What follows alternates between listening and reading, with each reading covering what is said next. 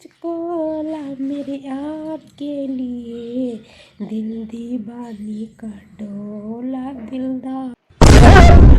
चांदनी चांद से होकर बन गई सितारा, चांदनी चांद से होकर बन गई सितारा, चेहरे पे रौनक नहीं माल मिला खटारा। एक बार वही चोदो। हाँ तो क्या हाल बा भाई लोग, उम्मीद करो तानी कि ठीक हो बोलो। तो आज हम फिर से बात करे वाला बानी भोजपुरी गाना के ऊपर। तो ये वीडियो बनावे के एक मकसद बा आप सबके इंटरटेन कइल, ना कि केहू के दिल के ठेस पहुंचावल। हम मालूम है तेरे बाप को मत सिखा चल। तो ये वीडियो शुरू से अंत तक ले देखिए लो, काहे कि लास्ट में बहुते मजा आवे वाला बा। आज के वीडियो बहुते गड़फार होखे वाला बा। जवानी चढ़ली के पानी मोरा झाड़ देले बा, जवानी के पानी झाड़ देले बा।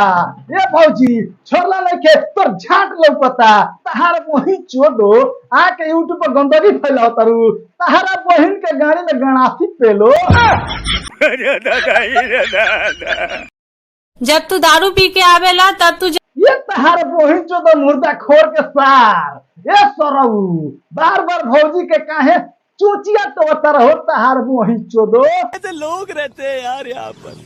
साला तुमको पागल कुत्ते का गाड़ी उठा के ले। तब तू जानू बोलेला, जब तू बियर पी के आयला तब तू सोना बोलेला, जब तू भांग पी के आयला जब भांग पी के आवेला तो तहार गोड़िया मार देला। ए भौजी तारा मालूम नहीं खे, ई भैया गाड़ी के आवेला तब एगा रिएक्ट करेला। सार झिंगा के झाट। डॉक्टर साहेब पहले टोली टोली। भैया आप बुजुर्ग हैं, आप अंदर चलिए। क्या रे हाँ एक बही चोदो 15 घंटा से कहतिया टोली टोली टोली। एक बही चोदो नाम मानी का रे। डॉक्टर साहेब पहले टोली टोली, तब लिखी खूब सुनर गोल। डॉक्टर साहेब पहले टोली आ तब लिखी खूब सुनर गोली। भाई लोग तालो के जानकारी ना हुई तो हम बता दी कि ये भौजी हिया मनीष कश्यप भैया से शादी करे के कहत रहल। ये हम देखी है तो पेड़ के लड़े पर टांग ली है।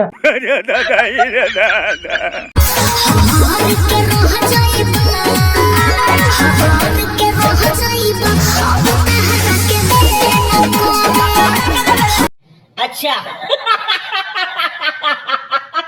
ए भौजी तारा मालूम नहीं खे कि माल ना मिलेला तो लइका हाथों ही हिला के रही जाला सन। सही से पहले जानकारी करो तब कही हो कि हर के मर जइब। तोरा देखी के चीज बबी बड़ा का हमरा आवता रे फरका। ए प्रमोद भैया ओकर चुचिया देख के तारा फारका उपटता, ओकर अगला इंजीनवा देख के तारा मिर्गी उपट जाई, आ ओकर पीछेला देख लेबो तब तो सरल तेरा चरम रोग हो जाई हो। सारे गाना गावता रे देख के बड़का आवता रे फारका।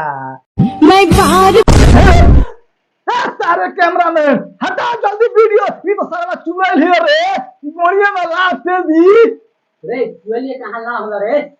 होला ए सारे होला। देख में हई लड़की के लाल बाकी ना देख तो देख। क्या बात है सर, क्या बात है सर, क्या जिंदगी में एक बार मलियो फंसावल जरूरी होला।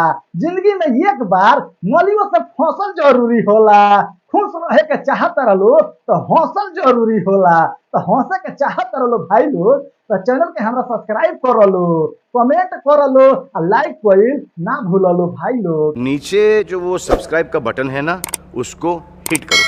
कहानी खत्म, देखो मत।